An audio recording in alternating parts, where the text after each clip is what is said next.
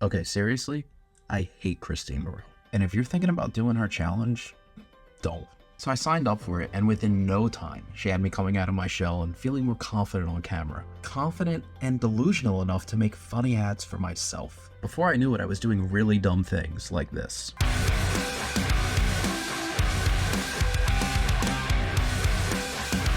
Yup, just embarrassing myself online. My friends made fun of me. Russell Brunson blocked me on Facebook.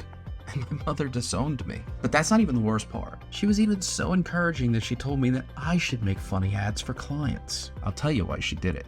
Because she tricked me. I started making and selling funny ads to clients all during the challenge. And now thanks to that selfish piece of shit, I have no time for myself anymore. I'm traveling all over the place, doing client shoots, writing scripts, working with super interesting people, and making a ton of money. It sucks. I'm serious, do you have any idea how stressful money is? We have to worry about merchant accounts and confirming large wire transfers, and don't even get me started on fucking contracts. So don't do the challenge, because you'll figure out how to make more money in your business, and then you'll have to start dealing with accountants and attorneys and bankers, scumbags. I mean, seriously, just this week, I closed two $15,000 deals for 4 days of shooting ads. You have no idea how stressed I am. I hate you, Kristine. I hate your stupid challenge, and I hope that no one joins it. So you can take this testimonial and shove it right up your ass.